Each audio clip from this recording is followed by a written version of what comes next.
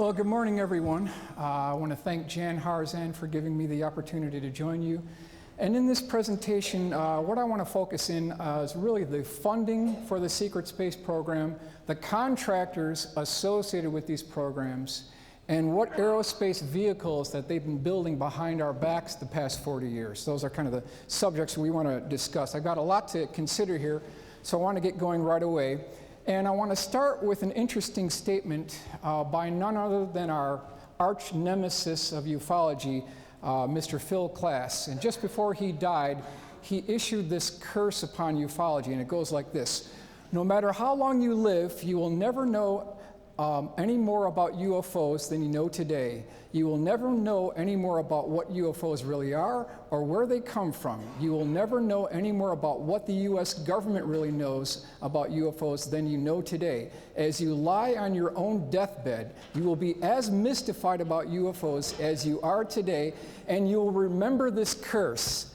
So it's a pretty bold statement, right? It's a bit bold statement. However, he does make a point, because really, it's been 70 years since the beginning of the modern age of ufology. And what do we know now that we didn't know 70 years ago? We can make an argument that, we have made some breakthroughs, but do we really know what the origin of this phenomenon really is? So it's my job in this presentation to attempt to break this curse and move this research field forward here. A couple of quick announcements.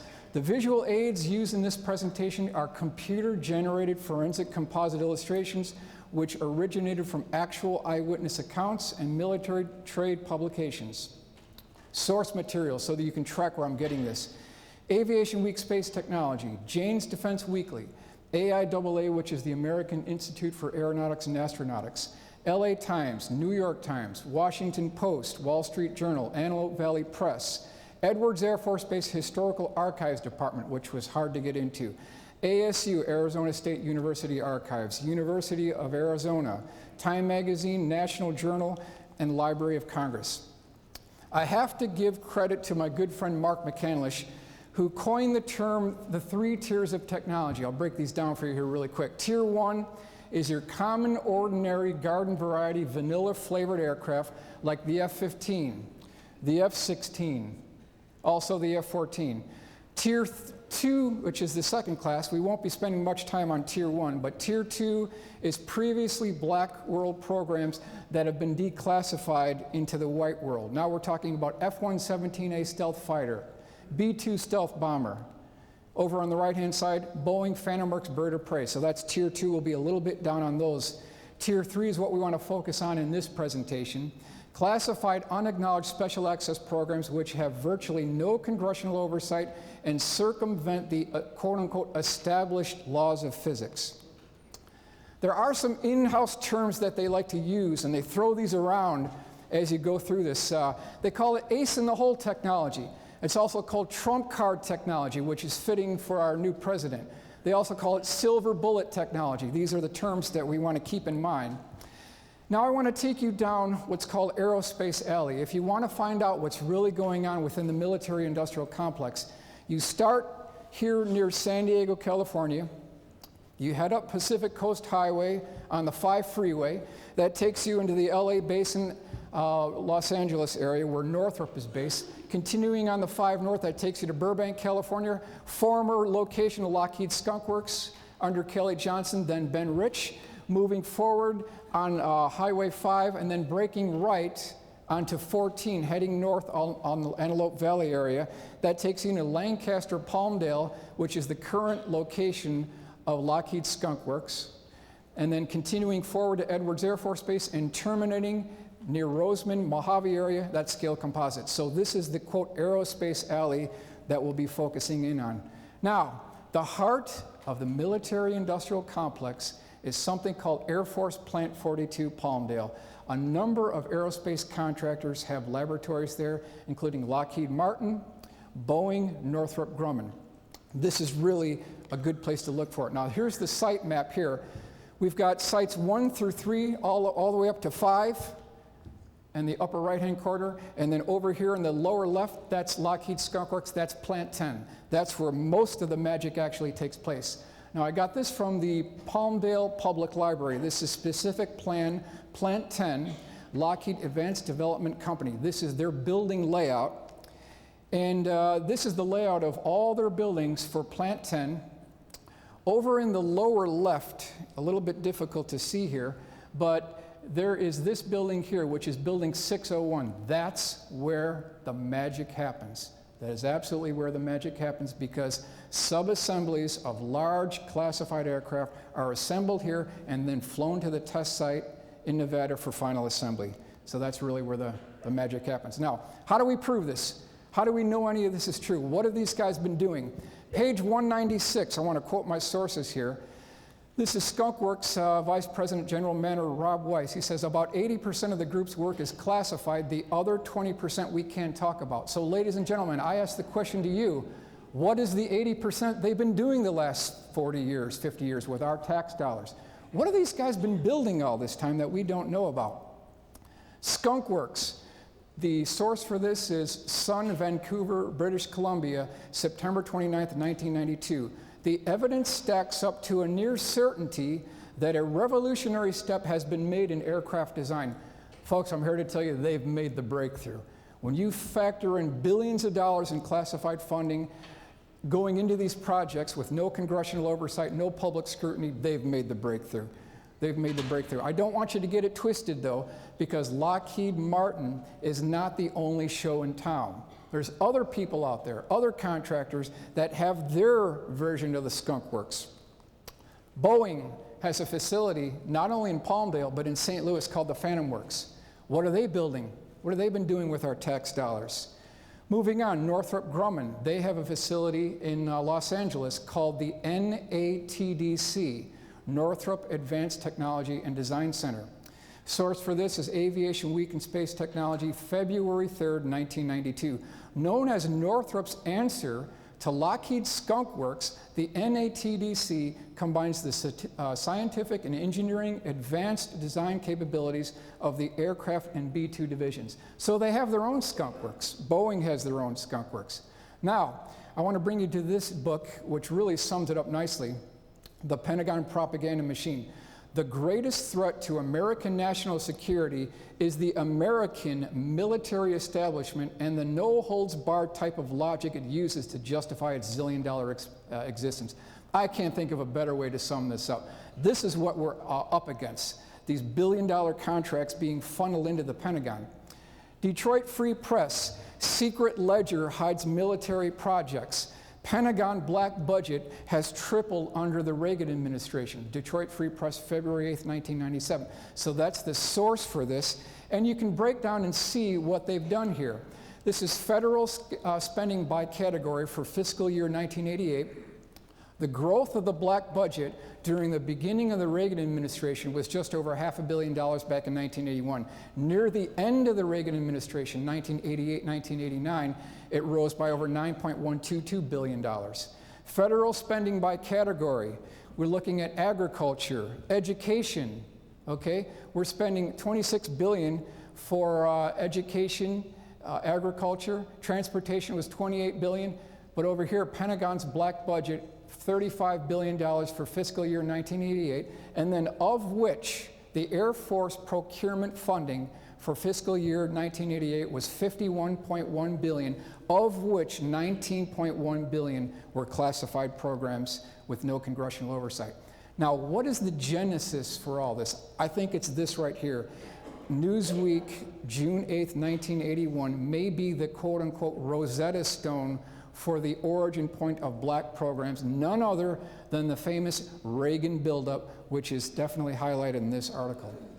Even Aviation Week, the prestigious Aviation Week, they chimed in too, December 24th, 1990, I want to quote my source, 8 years of the Reagan administration in Washington were very good to the black world. So even they admit that these programs are extremely advanced. Now, question is, what can we as taxpayers do to examine this evidence and find out for ourselves how we can track these programs? Well, U.S. taxpayers have every right to question your leaders, and you have every right to walk right into the Library of Congress, and you can request this document. Our DT&E programs are one Department of Defense budget for fiscal year 1994. This is submitted to Congress every January. There's 2 documents submitted. Number 1 is the classified version that goes to the House and Armed Services Committee, and then there's an unclassified version that we as taxpayers can request. And you can get this. You can go right into the Library of Congress and say, I want this one for January 2018 coming up, 2019, next year's, and they'll give it to you. They'll actually give it to you. Okay, moving on to this. Within this document, on the left-hand side, you'll see the program element numbers. In this rather boring document, they have program element numbers for the Army, the Navy, the Air Force, even the Marines. And as you start going through this document, they tell you the cost of these programs. But then, on the black programs, the cost actually starts dropping off the radar screen, like Forest Green, senior year operations. There's nothing there. They don't tell you how much was spent on the program. So the bottom line is, you take the total amount, you subtract the knowns, and what you're left with is the black program world that we're talking about here today. Now, a couple other examples. Defense Daily, July 14th, 1988. Here we've got Copper Coast, Omega, Theme Castle, Senior Citizen, Senior Year, Forest Green. All of these are classified programs. The important thing to remember when you're dealing with these type programs is the shorter the code name, the more classified the program. So when you have Senior Trend and then you have Rosetta, Rosetta would be more classified than Senior Trend. This is a document I got from John Andrews. He was a senior project design engineer, Testers Model Corporation, San Diego, California. He wrote a request, sort of an FOIA request, looking for information from the Pentagon, specifically the Office Assistant Secretary of Defense, for programs known as the following: Rosetta, Housekeeping, Redbird, Rainbow, Snowbird. All of these are things that you want to track if this is something that you're interested in tracking black programs. Now, I want to talk about military aircraft procurement and your tax dollars. What have these guys been doing all this time? Editorials on file. Remember the reports of $600 toilet seat covers, $400 hammers, $300 screwdrivers? Where's the money going for these projects? What are these guys actually doing? I want to introduce you to something called the revolving door phenomenon. And in this political cartoon, you can see all the billions of dollars being funneling into the Pentagon. Where is all this money going? Now, as the revolving door phenomenon works, if you're a defense contractor and you're starting, let's just call it a new stealth bomber program, maybe Northrop Grumman is actually building something called the B-21. How are you going to win that contract? Well, you would wine and dine the high-level military brass at the Pentagon, right? You would wine and dine these. You give these guys kickbacks and all this great stuff. And when you win the contract, you rejoice because you've got this multi-billion-dollar contract. Everyone's happy. Now, here's where it works. When that military defense, high-level military brass person retires from the Pentagon, he is hired as a thank you by the very same contractor that won that contract as a consultant. So there's this two-way street, and these guys can't lose. Who pays for it? Who pays for all the kickbacks, all the overage costs? Taxpayers do. We're the ones that pay for it. This one sums it up really great here. It says, that's beautiful. What makes it go? Bribery. And so you can see the defense contractor in bed with the high-level military brass Pentagon official. So that's what we're looking at here. Now, this sums up the waste and total mismanagement within the Pentagon. Scrap it and order a new one. The ashtrays are full. We're paying for these things. This is all getting scrapped at the cost of $1 billion to taxpayers. Aerospace defense contractor bonanza. These are the contractors involved, the primary contractors: Lockheed Martin, General Dynamics, Boeing, Rockwell, Northrop Grumman, McDonnell Douglas, before they merged with Boeing. Now, I'd like everyone to take a really good look at this photograph right here. It's a photograph of the U-2 spy plane. First flight, 1955, was shot down in 1960. That was the Gary Powers incident. This is a Lockheed Skunk Works program under the direction of Kelly Johnson. Now, We as taxpayers paid $1 million for this in 1955. $1 million in 1955. I think it's a good deal. Wouldn't you say that, to have a monitoring platform that can look at Russia, monitor their ICBM progress, their nuclear submarines? I think $1 million is a fair and reasonable number for such a program. Now I want to introduce you to the book called The Pentagonists by A. Ernest Fitzgerald, an insider's view of fraud, waste, and mismanagement in defense spending. Okay? Next thing to keep in mind is, not sure if you can see this, but take a look at this little bracket I've got right here. This is off an F-16. It's called an F-16 pulley puller. Not sure if you can see this though. It's about 2 inches long. It's about 1 inch wide, and it's 3/16 of an inch thick. It has 3 holes in it. Okay? I ask all of you, how much would you pay to have this built? How much would you personally pay? You don't have to give me an answer, but just keep in your mind's eye, how much would you pay to have this made? Maybe $2, $3, $5 max, right? It's only just a piece of dumb steel, right? Would it surprise you, ladies and gentlemen, to find out that in 1983, all of you paid your share of $13,717 for this F-16 pulley puller? $13,717 that should cost no more than $5. Fraud, waste, and abuse right down the drain. Now, here's the interesting kicker to the story. I don't know how many of these were built. Could have been hundreds, could have been more than that. But the General Accounting Office did an audit of these parts. It took them 17 months to take delivery of these parts.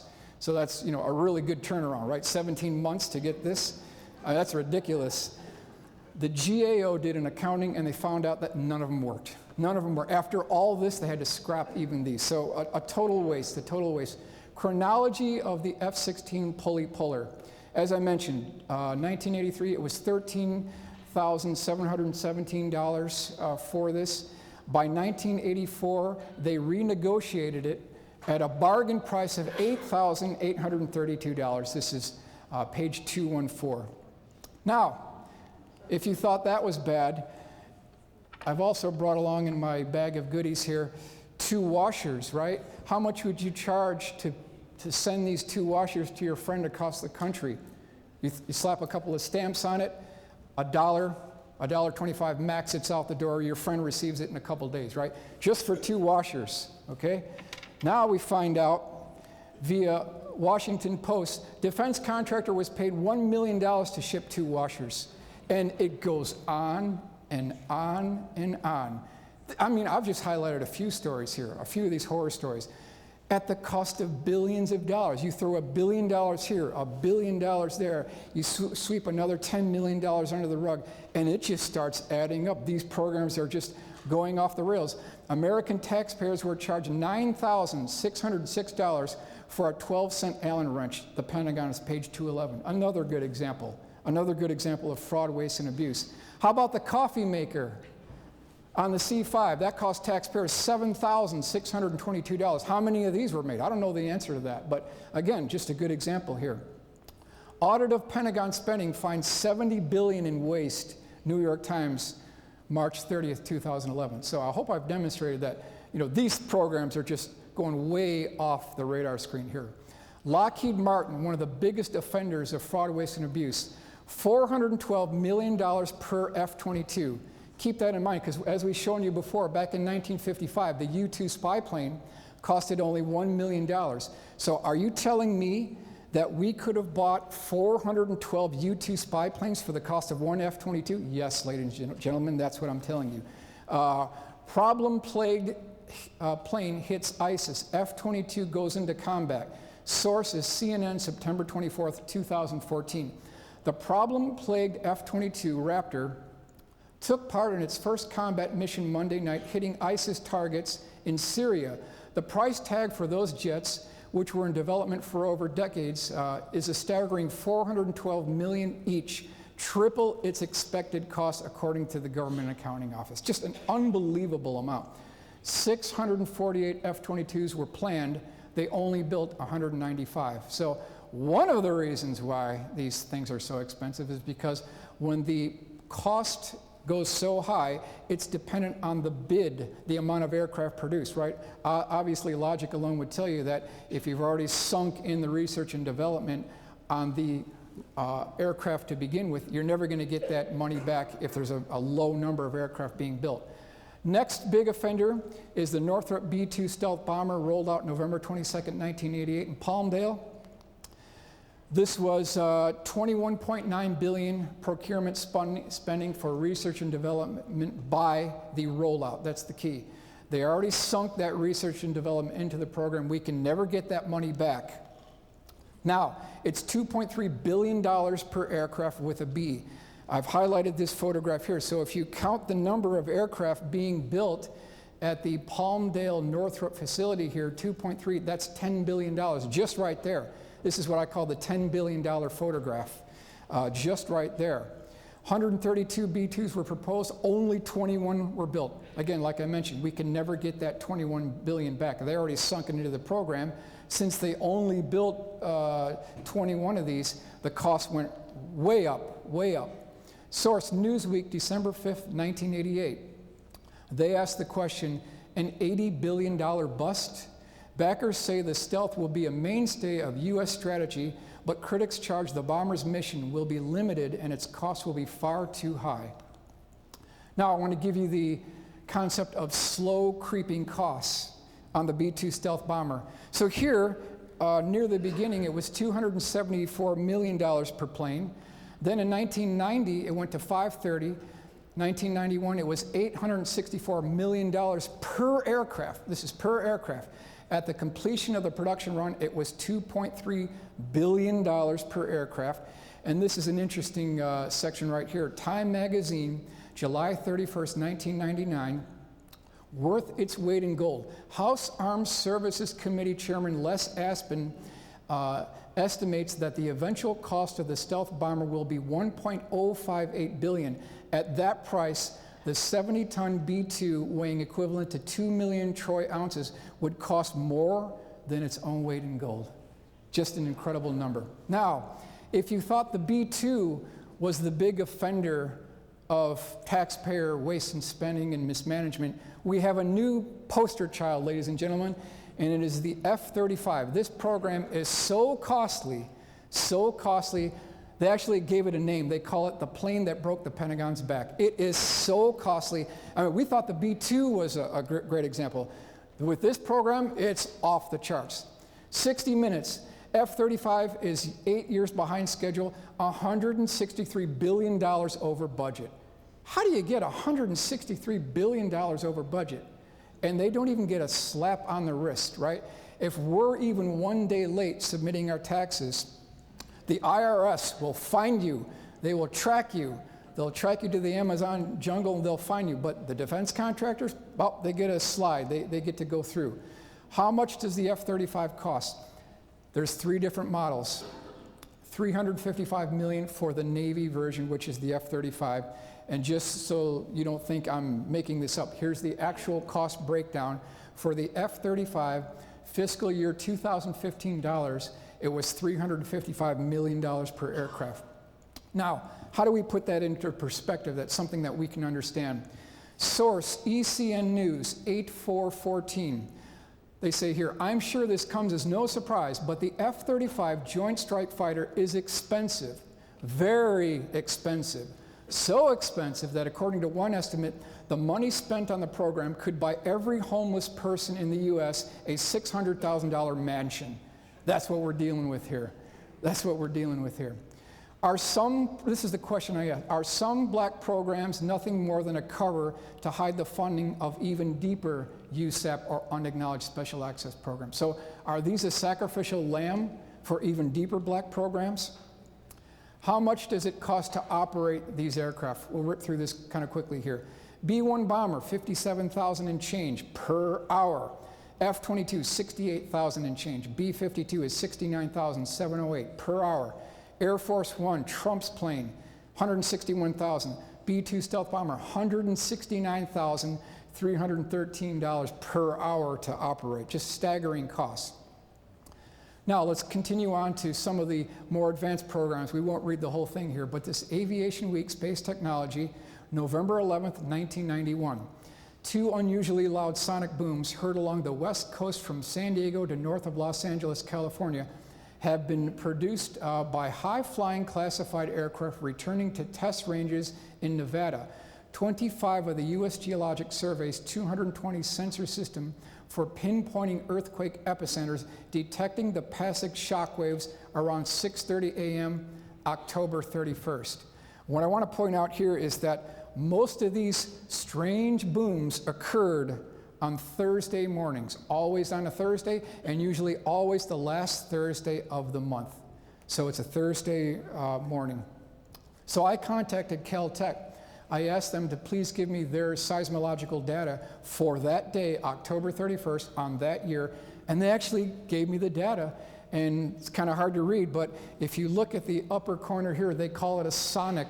This is not a seismic event, this is a sonic event. So even the U.S. Geologic Survey, Caltech is admitting that this was an aircraft and not an earthquake. This is a report from Lee Graham, who contacted U.S. Department of Interior requesting their seismological data. He's another aircraft researcher, a good friend of mine. He requested the data, and they actually sent him the seismological charts. We'll go through these really quick here. 10/31/91, last Thursday of the month. So remember, these tick marks are about a minute each. So this is a minute, and this is a minute. So you can see here, there was a boom right here. And then about a minute later, there was another boom. So it looks like we've got a primary aircraft here, and then a secondary chase aircraft, maybe smaller, that was flying chase for the primary aircraft. Another one, Thursday, June 27th, 1991, last Thursday of the month, boom. Another sonic boom just in back of them, might be a smaller parasitic aircraft. Bingo, it must have been an American bird. They didn't want to work on Thanksgiving Day. So in this case, it wasn't the last Thursday, but it was the Thursday before. So it's telling you this is an American bird we're looking at here. Catalina Island, January 30th, 1992, a large boom. A minute later, smaller boom as a chase aircraft. Catalina Island, April 16th, 1992, 6:58, another boom. Always on a Thursday, always the last Thursday generally of the month. So here's the track of where these aircraft coming over the ocean, and then they're going over the Catalina Island area. They're booming Los Angeles, waking everybody up in the morning on a Thursday, going over Edwards Air Force Base to Tonopah, and then terminating, landing back at Area 51. So Secret is out on quakes. It's a spy plane. Los Angeles Times, April 17th, 1992. The rumble and bounce have occurred 5 times since last June, always about 7 a.m. on Thursdays. There were no earthquakes, but an aircraft, California Institute of Technology seismologists say. All I can say is that it's something that's traveling through the atmosphere at several times the speed of sound in a generally northeasterly direction, said Jim Morey. He's the one who tracked the sonic booms. Thursday morning shaker-upper may be secret spy plane, Seattle Times, April 17th, 1992. It happened again Thursday morning. There was a brief rumble like somebody moving bulky furniture around, and the ground lurched, San Gabriel resident said. Then, just as they were about to head for the door frames, it was gone. Weird jolts, no quakes in San Gabriel Valley. San Francisco Chronicle, April 18th, 1992. Analysts from Jane's Defense Weekly, the widely respected military periodical, say that the Thursday morning phenomenon could be a top secret new spy plane dubbed the Aurora that can fly up to 6 times the speed of sound, or about 4,000 miles an hour. So the real question that we should ask is, why Thursdays? Again and again and again. Why a Thursday? Well, it makes sense on a Thursday because when you're in the classified world of aircraft test flight, Monday, Tuesday, Wednesday is a pre-flight, right? Thursday is the test flight. Friday is debrief. Saturday, Sunday, no one at the base, right? So that's why Thursday is predominantly used for the testing of classified aircraft. Now let me get you through a mission profile. Let me show you what the flight profile of these aircraft may be. If you, according to my good friend Jim Goodall, who's another black aircraft researcher, he believes that these aircraft are nuclear proliferation monitoring aircraft. That's what these aircraft are. Here's the mission flight profile. You get everything ready at Area 51, Groom Lake. You line up with your Aurora spy plane. You take off from Groom Lake under a mothership, which is a two-stage-to-orbit space plane. You take up a magnetic 350-degree heading. You fly over Alaska. Now you're over at this location here. You're flying above Russia. So at this point, you'd pour the coals to this thing, right? You're screaming across the top of Russia. Over here, you'll make a 90-degree left-hand turn heading south. Remember, it takes 3 states to turn this thing. It's not something you can turn on a dime. So we're talking about hundreds of miles here on a turn. You make a left-hand turn. Now you're heading south. You're over here at the Middle East. You're tracking for nuclear proliferation at the Middle East. You get down south of the Middle East. You make another left-hand turn. Now you're flying over China. You want to pour the coals to it here. So we're looking at Mach 6, Mach 12, Mach 14 right over here, southern of China. Now you're over here by Hawaii. You cross Hawaii, make a little bit of a left-hand turn at Hawaii, end up back at Area 51. Keep in mind, folks, all of this can be done in under 3 hours. They can be anywhere in the world less than 3 hours with this type program, with our tax dollars. What is this program? I have to give credit to Bill Scott, who's the former Rocky Mountain editor at Aviation Week Space Technology. He spent 8 years tracking down this aircraft. It wasn't called Aurora, but one program under the umbrella of these hypersonic vehicles may be something called Black Star.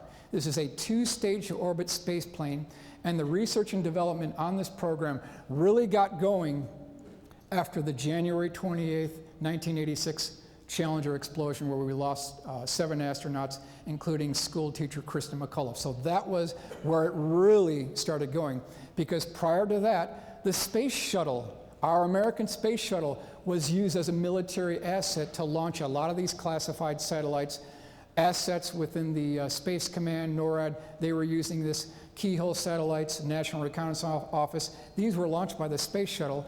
Our tax dollars were paying for these. But when the Challenger blew up, the Air Force was out of business. So an urgent call went out to the defense contractors, Boeing, Lockheed Martin, Rockwell, McDonnell Douglas, to build us a very rapid response 2-stage-to-orbit space plane that could launch a small military payload or be used as a reconnaissance aircraft. This is what the aircraft looked like.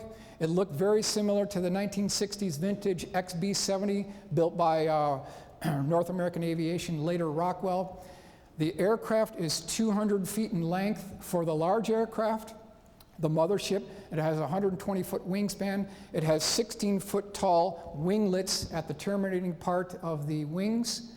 It uses a splitter XB-70 air intake on the lower portion of the mothership, and that's for the using of the launching of the parasitic aircraft off the belly of the mothership.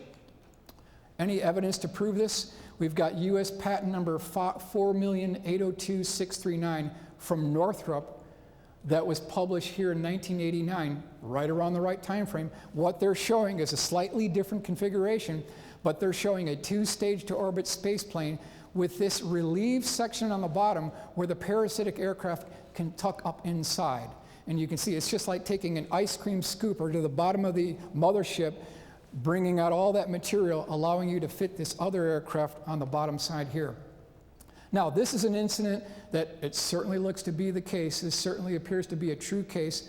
This was February 22nd, 1994. That was the date on the letter from John Andrews. Again, he was Senior Project Design Engineer, Testers Model Corporation. Now, here's what he said here.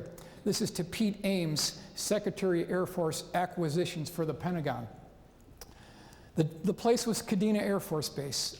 The weekend of 12-13 February 1994, initiating action.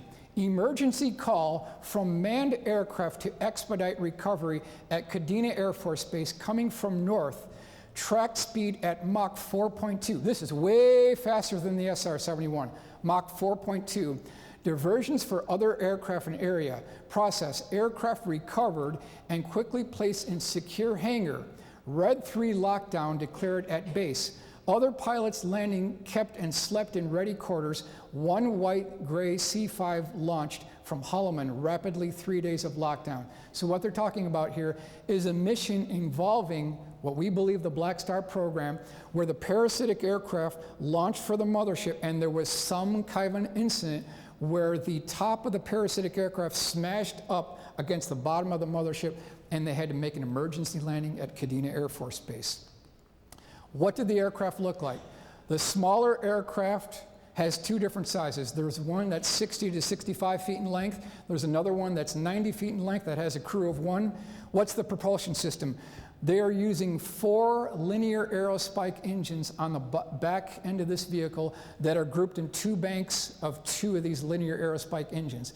It uses a modified gel boron fuel that has the consistency of toothpaste. That's the kind of fuel they're using. Top speed of this aircraft is right around Mach 20. That's roughly 17,500 miles an hour. It also uses these replaceable shotgun shells on the back side of the vehicle as well for something that can be used as a solid rocket booster. The mothership, as I mentioned before, was 200 feet in length. It has a 120-foot wingspan.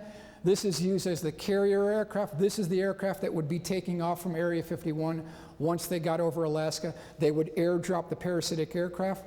Here you can see a cutaway that I've shown here, showing you the bottom of the vehicle, where that's the relief section for the parasitic aircraft, and this is called the Black Star program. Now, credit has to go to Tom Bogan, good friend of mine, for doing this beautiful, never-before-seen illustration of what the unloading looked like or may have looked like at Holloman Air Force Base. Now, keep in mind, a transient F-15 pilot was about a little less than a quarter mile away at Holloman and saw this whole thing going on. He saw this parasitic aircraft being unloaded from this gigantic, massive C-5 Galaxy transport that you see here. The sides of this C-5 that you can see right here, it has these blister cheeks called chipmunk cheeks that are another 8 feet out from the side of the C-5. That was used to fit not only satellites and rockets, but also these parasitic aircraft and classified aircraft. That was placed inside the C-5 at Kadena, and then they flew it right back to Holloman Air Force Base. This set of illustrations was based off of the F-15 pilot who saw the whole thing taking place. Now, I want to talk about and focus in a little bit about the historical legacy of gravity research. I don't like to read too much during a PowerPoint, but I thought it was important that we really pin this down hard, because I'm not going to let these guys get away with this. Now, Amarillo Daily News, November 26, 1955. Aircraft industry firms now participating or actively interested in gravity include the Glenn L. Martin Company of Baltimore, Convair of San Diego, Bell Aircraft of Buffalo, New York, Sikorsky Division of United Aircraft, Lear Incorporated, where have we heard that before?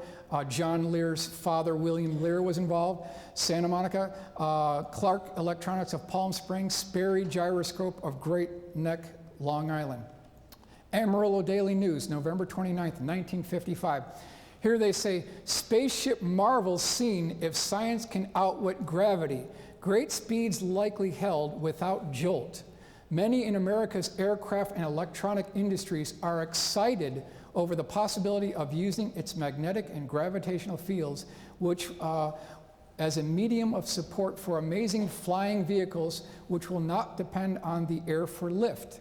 Spaceships capable of accelerating in a few seconds to speeds many thousands of miles per hour and making sudden changes of course at these speeds without subjecting their passengers to the so-called G-forces caused by gravity's pull are also envisioned. So right here, ladies and gentlemen, in their own newspaper reports, they're talking about gravity applications, gravity breakthroughs, and craft that can make these 90-degree right angle turns, and the pilots feel no G's back in 1955. So the reference works are bearing this out.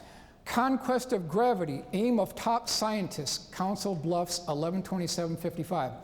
One almost fantastic possibility is that if gravity can be understood scientifically and negated or neutralized in some relatively inexpensive manner, it will be possible to build aircraft, Earth satellites, and even spaceships that will move swiftly into outer space without strain beyond the pull of Earth's gravity. They will not have to wrench themselves away through the brute force of powerful rockets and through expenditure of expensive chemical fuels. It's true, we're talking about liquid rockets being totally obsolete. This is consistent with what we're hearing from Dr. Stephen Greer when he talks about the gravity, breakthrough gravities were made in 1954, October 1954. That's consistent with what we're hearing here in the literature, in the publications. Amarillo Daily News, November 9th, 1957. The jet age is already obsolete. You old men of 25 or 30 years still plodding along in the jet age, wake up. Jet propulsion is obsolete. The Sputnik will shortly appear as crude as the wax wings of Icarus. I mean, you can't make it any better.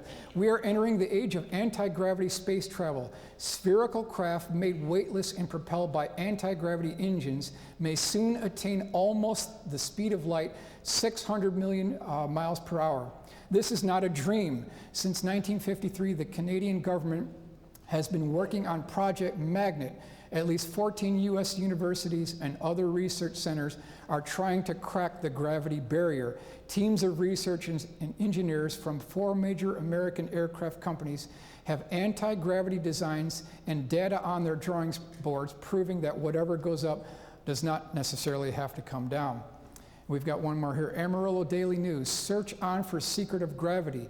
The initial steps of an almost incredible program to solve the secret of gravity and universal gravitation are being taken today in many of American top scientific laboratories. A number of major long-established companies in the United States aircraft and electronics industries are also involved in gravity research. Scientists in general bracket gravity with life itself as the greatest unsolved mystery in the universe. So again and again, the newspaper reports are telling us that the breakthrough in gravity research was done in the mid-1950s. This is exactly what Stephen Greer is telling us. Then I ran across this document here, Electricity for Space Exploration, published by Ryan Aerospace, February 1962. If you look closely at this rough black and white photograph, what do you see? You see these high voltage electrical Tesla coils. This is something that Mark McCandlish is going to be talking about as one of the primary functions of the alien reproduction vehicle, one of the integral parts of the propulsion system. So, what was Ryan Aerospace proposing? What did they have on their drawing boards back in 1962? You guessed it, folks, disc-shaped craft that use electrical forces. That says right here, within the next 10 years, electric propulsion will play a leading role in making extensive space trips possible. In their own literature, they're talking about this technology. That brings us to the December 29th, 1980 Cash Landrum incident, which was one of the top 5 UFO cases in all history. No doubt about it, Cash Landrum is right up there. So it was Betty Cash, Vicki Landrum, and their young son, Colby Landrum, driving down a deserted road after a dinner engagement. It was around 9 p.m. when Colby noticed this white light coming to their location, and what they eventually saw was this 90-foot tall, basically a double ice cream cone with the ends put together, parked about 100 feet in front of their vehicle. They were absolutely horrified what they were seeing. It was making a loud beeping noise, and then a blue flame was coming out of the bottom of this, and when that blue flame came out, this diamond-shaped craft or ice cream-shaped craft would kind of hover up, sit there for a few seconds, and then slowly come back down, and then the flame would come back up again. The flame on this was not a red or orange color, but it was a light bluish color, which I think is interesting. And then after this craft slowly passed by, there were no less than 23 double-rotor Chinook CH-47s chasing after this, and at least 2 UH-1 helicopter gunships that were chasing this aircraft. Absolutely one of the top 5 cases in ufology. Literally minutes after this took place, all 3 key eyewitnesses suffered from the effects of radiation poisoning, radiation sickness. This is December 29th, 1980. Now, what was this craft? Was this an alien vehicle? Was this one of ours? I'm just bringing this to your attention as a possibility. Aircraft Nuclear Propulsion Program. This is July 23rd, 1959. Hearing before the Subcommittee on Research and Development, Joint Committee on Atomic Energy, Congress of the United States. So this was the predecessor to the nuclear propulsion program called the Aircraft Nuclear Program. Now, if you look in this document, between the Atomic Energy Commission, the United States Navy, and the United States Air Force, they had a procurement funding, research and development of $990 million they poured into this NEPA program for atomic-powered aircraft, nuclear-powered space vehicles. Here's a schematic within the report of a atomic liquid-fueled rocket with subcritical reactor. So, the fact is that we could be looking at an early NEPA design, which was the Cash Landrum incident, where there was a hull breach on the inner reactor spewing out fissionable material, and the people within the vicinity suffered from the effects of radiation sickness. That's what we could be looking at with the Cash Landrum incident. Now, I want to also bring your attention to the famous Hudson Valley boomerang. This is between 1982 and 1989. Over 25,000 people in a 3-state region, primarily in the Hudson Valley, New York area, started seeing this gigantic, gigantic mammoth boomerang or chevron flying wing type configuration that had multicolored flashing lights. It had transparent panels on the bottom of the aircraft. It also had these strange tubes, pipes, and cylinders all along the bottom surface of this vehicle. December 29th, in that time frame. Now, March 24th, 1983, Taconic State Parkway on a Thursday. So there's that Thursday again, right?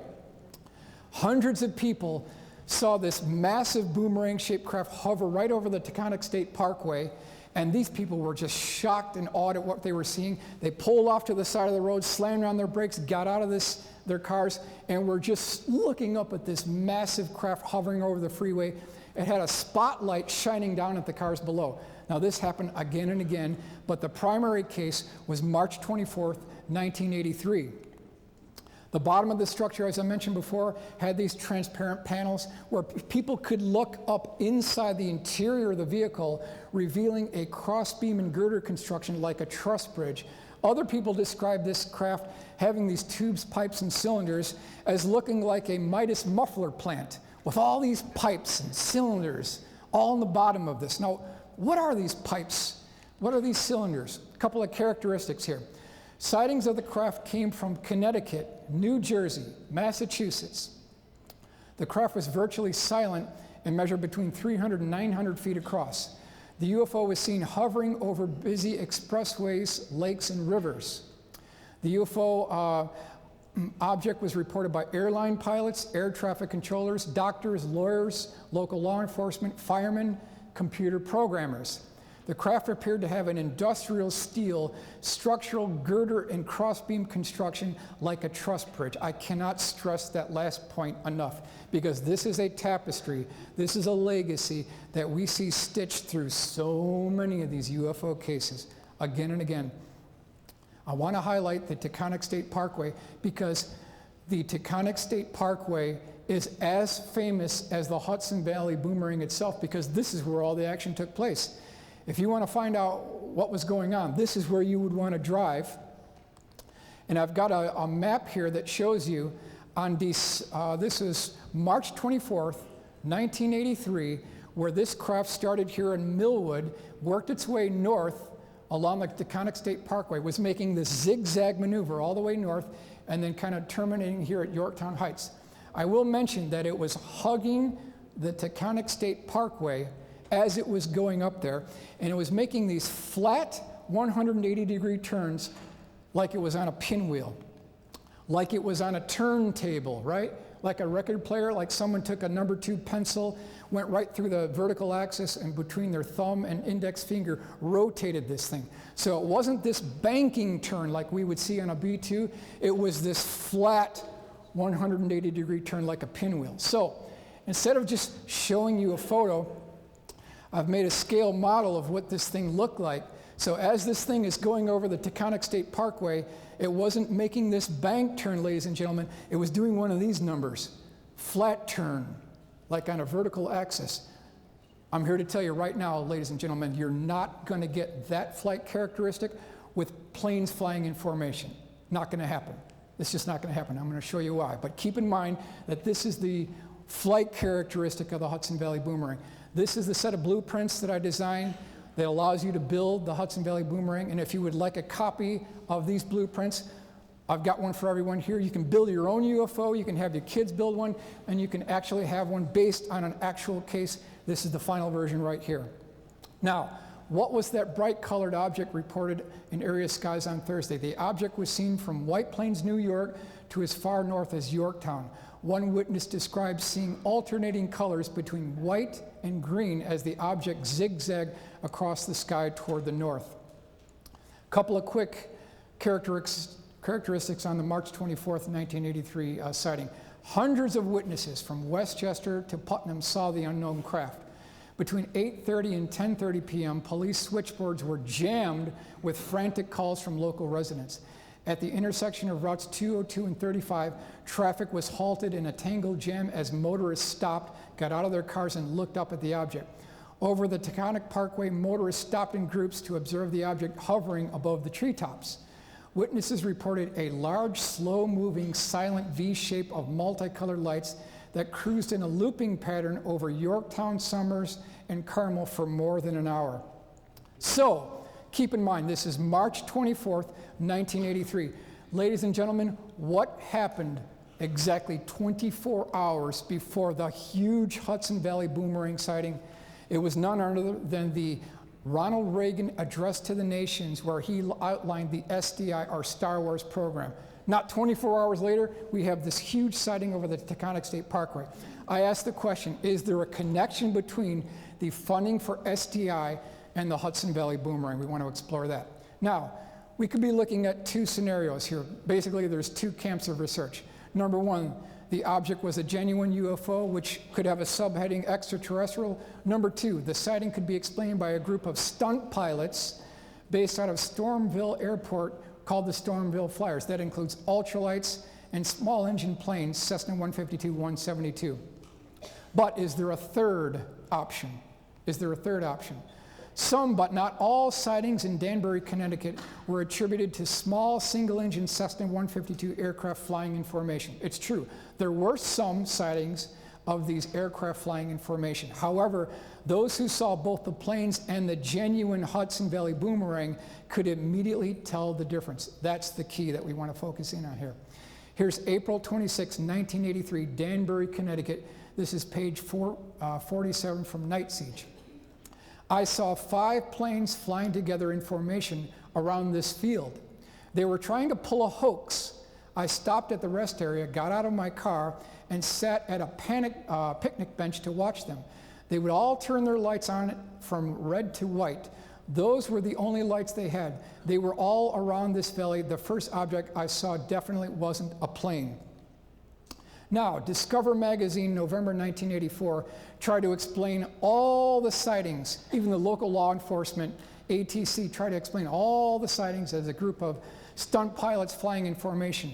Here they say loose groupings of planes became tight formations with as little as 6 inches between wingtips.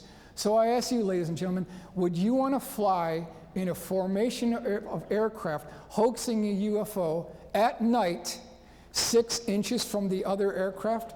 I wouldn't want to do it. If there's any kind of a variation, you're going to hit the wing of another aircraft. You could have a mid-air collision and you'll both crash. I wouldn't want to do it. But to drive the point home even further, I put together this diagram here. Stormville Flyers. If you've got straight and level flight, yeah, you could hold position, plus or minus a foot, maybe 2. It's not too hard, so it seems pretty easy to hold formation if you were faking a UFO, right? But here, it gets difficult, right? If you're making a left turn, right, logic alone, physics alone would tell you that the aircraft on the outer right-hand side, to follow the path of the lead pilot, they have to speed up, okay? But the pilots on the left, they have to slow down so that everybody stays in formation, right? You're not going to get that rock solid. But the clincher to this is when you go to the next level, when you do this flat 180-degree turn, hovering. here's where it goes way off the radar screen, because the pilots on the left have to make a left advancement. Pilots on the right have to go up and to the left. Pilots on the left have to go back and to the right. What happens to an airplane wing when it flies backwards? It loses lift, it falls off. It just completely falls out of the air. It'll crash and kill the pilot. So keep in mind, this is all happening at treetop level, at 60 feet. When you stall a plane at 60 feet, you're gonna die right there. There's no question. It's gonna be a burned up flame piece of wrecking aircraft. It's never gonna happen. The only thing that works, that answers the question, is a single object making this flat 180-degree turn like the lights were embedded in solid concrete. Can't get that with planes flying in formation. Only this configuration answers that question. A single type vehicle where all the lights are embedded on the bottom of the craft. That's the only thing that's consistent, which actually answers the question if you really look at it here. So, they've been trying to fool us for years. We're just not going to be fooled anymore. We know that planes were involved. They don't explain everything because the eyewitnesses talk about that. This is summed up here by Abraham Lincoln. You may fool all the people some of the time. You can even fool some of the people all of the time, but you can't fool all of the people all of the time. We won't be fooled anymore, folks. We just won't be fooled. We know that there was something else involved. June 19th, 1984, Peekskill, New York. Interesting sighting here. Sources, Night Siege, page 88. Gentleman says here, Norman Morrissey, he says, the object itself looked very thin, like a bridge. Here's that bridge again. You could see right through the side of this thing. There was nothing there. There was like cross gutters across it. I saw structure on the top and bottom part, and in between was hollow. I could see right through it. The center was hollow. The only solid part was the top and bottom.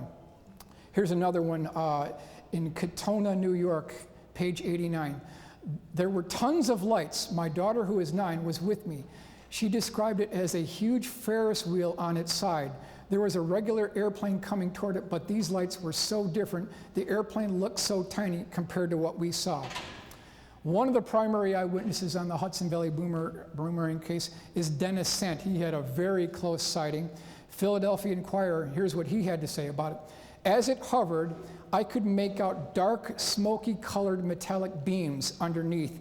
Huge, huge beams. So here's this flying object that had cross beam and girder construction, slowly flying over the Taconic State Parkway, over rivers, over lakes, over streams, over populated traffic areas.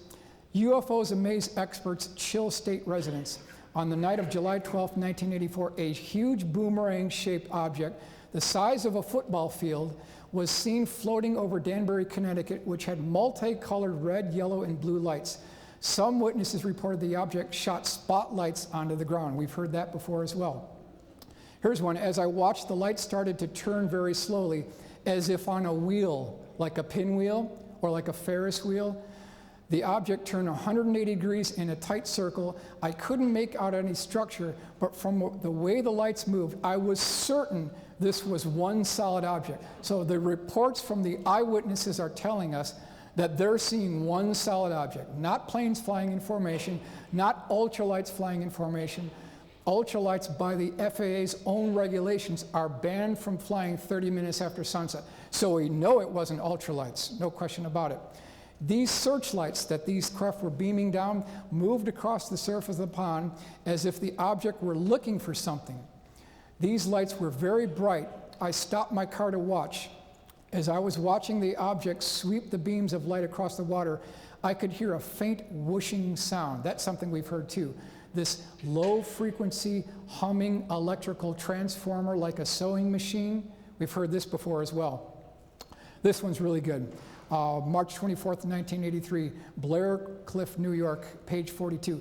There were about 20 lights. The object hovered for a while, then streaked from one end of the sky to the other, then back again in a split second, and then it hovered.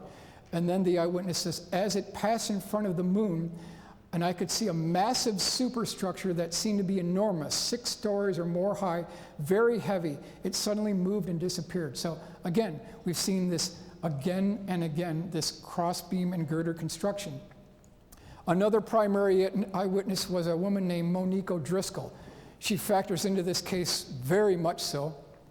Here's what she said. This is Philadelphia Inquirer, September 28th, 1984. I could see the underbelly part. It's solid. It had metal type work like cross beams and tubular things hanging down here and there.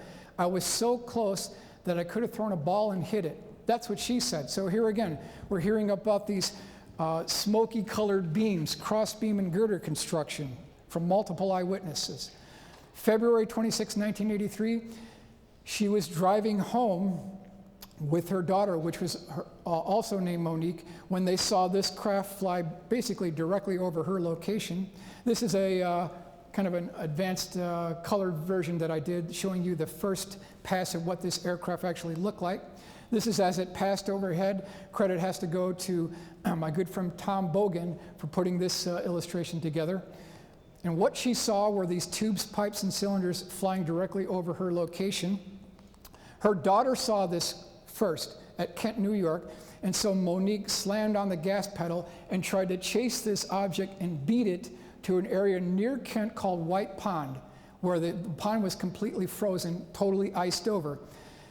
As soon as this V-shaped craft went right over the windshield of her car, it started flashing these multicolored lights. This thing parked itself over the frozen pond, made a 180-degree flat turn, and all these brilliantly light colors were flashing on the bottom. She could actually see the reflection of the bottom of the craft on the frozen pond below. That's how advanced lighting pattern this craft had. Here you can see what this looked like at the bottom here. And what was interesting to note is that these lights were not flashing in a haphazard pattern. There was a design to this, ladies and gentlemen. There was an intent to this. It was the green lights would go off, then the red lights would go off, the blues would go off, the whites would go off, all up and down the wings of this craft. So this is what this actually looked like. So I did a solid modeled version of this craft, showing you the tubes, pipes, and cylinders of this. And again, it looked like this had an intent. There was an intent design to this type vehicle. So what are we looking at here? We've got the blueprints for the Monique O'Driscoll craft, showing you the tubes, pipes, and the cylinders. And if you'd like to get a copy of the blueprints for this, be more than happy to give you a copy. This is what it looks like. First rule in government spending: why build one when you can build two at twice the cost? So I've got a smaller version as well. Indian Point Nuclear Power Reactor, July 24th, 1984. This is a very significant case because multiple security officers at the Indian Point Nuclear Power Plant saw this craft hovering over the reactor for 18 minutes in violation of FAA certification laws for about 18 minutes. Now, keep in mind, this craft was so large, repeat, so large, that one of the security guards inside this plant, he was recording this all on videotape. He had to pan the camera 180 degrees across to get the whole thing in frame. That's how big this craft was. Huge craft, seen by at least 12 security guards. Here they ask the question, did aliens buzz Indian Point? I don't think that's the case in this particular case. This is White Plains, New York, January 12, 1985. A couple of quick highlights here. Shotguns were drawn by security guards. National Guard notified. New York Power Authority refused to release details. Object was 900 feet across, hovered over the plant for 15 minutes. Winds on the night of the sighting were gusting to 24 miles an hour. Well, that knocks off ultralights right there. A helicopter gunship was called in to investigate, but as far as we know, ladies and gentlemen, it did not fire on the object, but it was called. So if this was just a group of crack-top pilots, we're looking at something completely different here. Carl Patrick, New York Power Authority spokesman, confirmed the sighting. Larry Rosbeck, inspector for the Nuclear Regulatory Commission, knew the security guards and vouched for their credibility. A similar incident took place June 14th, 1984.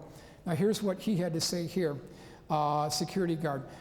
Night Siege, page 147. No small planes could stay in formation with the wind that night. The wind didn't phase these lights at all. When it hovered, it just stood there. I was in the service and I flew helicopters, and I know how hard it is to keep a formation with small planes. I saw no hint of any standard lights that a plane would have. Also, the lights were much too intense for small aircraft. So even from the security guards, they're stating that what they're looking at was one single aircraft, not a group of planes flying in formation. As I mentioned, the helicopter gunship was called in from Camp Smith, but according to multiple eyewitnesses, did not fire on the aircraft. Now, I've included some terms that describe the flight characteristics of this vehicle. This craft flew very boldly. It flew very presumptuously. It was arrogant. It was brazen. Webster's dictionary for brazen is bold and without shame. This craft didn't care who saw it. It was acting like it was too cool for school. This was a bold type aircraft. That's what we're dealing with here. UFOs buzzing Hudson Valley, they gave a very good detailed report there. This is the technical layout of where the sightings occurred over a 3-state region. Danbury, Connecticut, this is over here. West Point near Newburgh. Buchanan, that's Indian Point Nuclear Power Plant, all along this Hudson Valley area. Westchester, Boomerang County, New York, 1983-84. They had a huge wave in 83-84 of these boomerang-shaped craft. And I want to give you a statement by Stanton Friedman, who also chimed in. This is a letter from Stanton Friedman to a good friend of mine who's no longer with us, Tony Gonzalez. This is January 17th, 1990. Letter from Stanton Friedman to Tony Gonzalez. And here's what Stanton Friedman had to say, quote, "I have always been bothered by the Westchester County sightings because I never heard of actions that would clearly label the technology alien. Wings in outer space could only be decoration, but do of course match an earthling approach." This is from Stanton Friedman. So even Stanton Friedman is under the assessment that what we're looking at here is a man-made technology and not an alien craft from another world. UFO conference, this is a number of very quick ads that were published in the Penny Saver all around Hudson Valley area. Rip through a couple of these really quickly here. It says, real UFO is not planes or ultralights. Do not be misled. Real UFO can hover, move extremely slow or fast, is practically noiseless.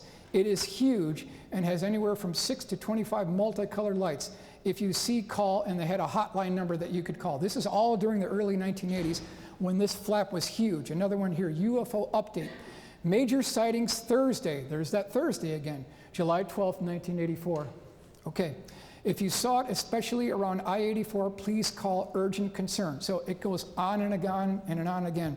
So what I'm trying to basically highlight, ladies and gentlemen, in this presentation is that our tax dollars have absolutely been used for generating a number of these classified aircraft that mimic the form, fit, and function of what we may think as extraterrestrial UFOs, when it's in point of fact, it is our own deep black programs. And in the words of astronaut Gordon Cooper, the only way that this technology is ever going to trickle down for the benefit of mankind is if that technology is put together by the scientific community. They come together as a coalition, overrule the military-industrial complex, go over their heads, and that's what I'm striving for, and I want to thank you for your attention.